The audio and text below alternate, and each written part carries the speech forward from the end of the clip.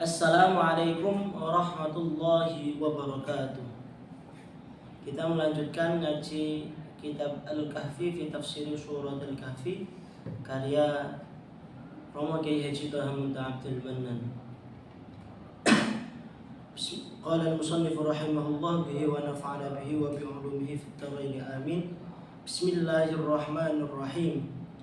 Nusalli, saya panjatkan sholawat, wa nusallimu, dan keselamatan, liman, kepada orang, shalla, yang membaca sholawat, alaihi, atasnya, Rabbuna, Tuhan kami, wa malaikatihi, dan malaikat-malaikat. Innallaha wa malaikatahu yusalluna 'alan nabi ya ayyuhalladzina amanu shallu 'alaihi wa sallimu taslima. Innallaha, sesungguhnya Allah, wa malaikatahu, dan malaikat-malaikat Allah, yusalluna, bersolawat, 'alan nabi, atas nabi.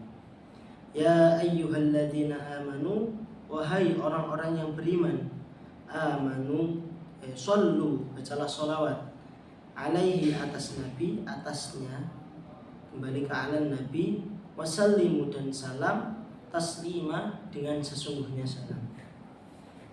Nah, faedah yang bisa kita ambil dari ayat ini yaitu jikalau Allah dan malaikat saja memuliakan Nabi Muhammad SAW dengan solawat, dengan bersolawat, maka Allah di sini memerintahkan ya ayyuhalladzina amanu shollu, untuk orang-orang yang beriman, yaitu shollu, bacalah solawat, alaihi, atas Nabi. Nah, di ayat ini, di Al-Ahzab ayat 56 ini terdapat tiga jenis solawat. Yang pertama yaitu solawat Allah kepada Nabi.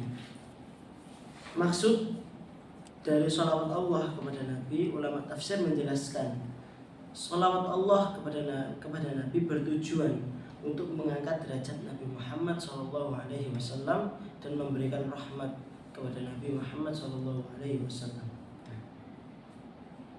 Yang kedua yaitu sholawat malaikat kepada Nabi Muhammad SAW yang bertujuan untuk mendoakan Nabi Muhammad atas keselamatan dan meminta kepada Allah untuk mengangkat derajat Nabi Muhammad SAW.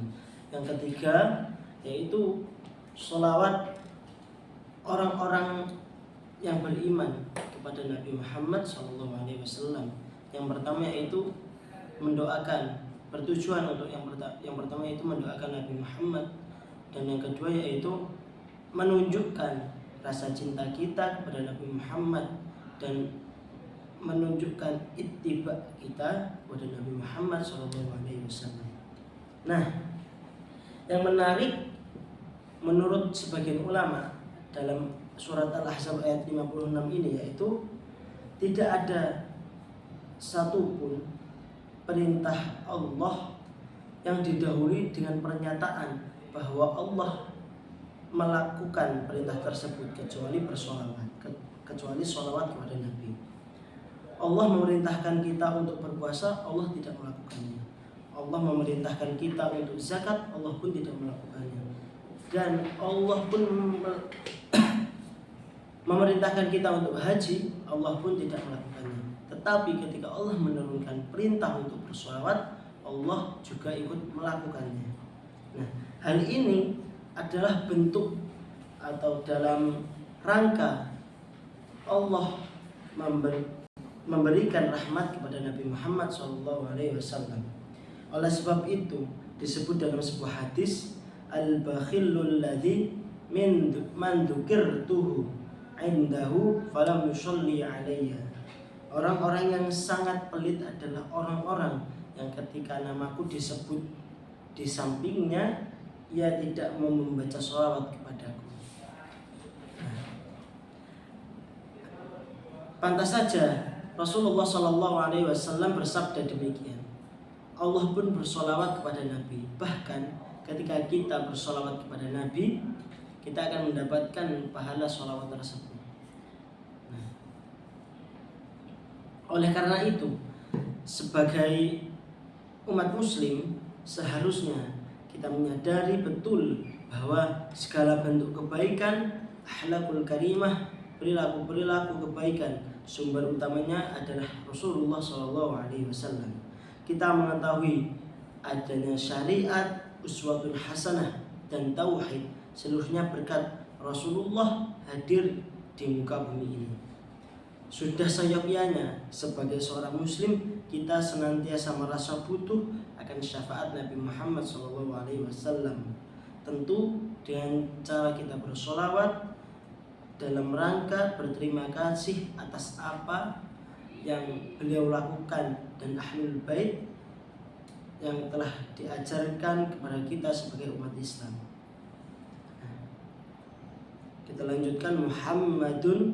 Nabi Muhammad adalah khatamul anbiya, penutup para nabi, wa imamul azkiya, dan pemimpin orang-orang yang bertakwa, wa ala alihi, dan atas keluarganya, wa ashabihi, dan sahabat-sahabatnya, ajma'ina, semuanya. Nah, Nabi Muhammad adalah khatamul anbiya, yang berarti yaitu tidak ada nabi setelah Nabi Muhammad SAW yang seperti kita percayai di dalam akidah Ahlus Sunnah wal Jamaah, yaitu la nabiyya ba'da. Yang kedua yaitu Nabi Muhammad yaitu wa imamul azkiya, pemimpin para orang-orang yang bertakwa, yang berarti yaitu teladan, contoh tertinggi, teladan tertinggi untuk umat muslim, yaitu untuk orang-orang yang bertakwa, yaitu Nabi Muhammad SAW, wa ala alihi, dan keluarganya, wa ashabi, dan sahabat-sahabatnya, ajma'ina, semuanya.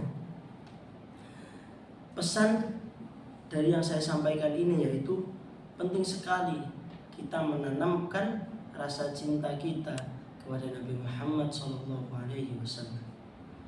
Syukran hadza minni, aqulu qawli hadza wa astaghfirukum min jamil akhta. Assalamualaikum warahmatullahi wabarakatuh.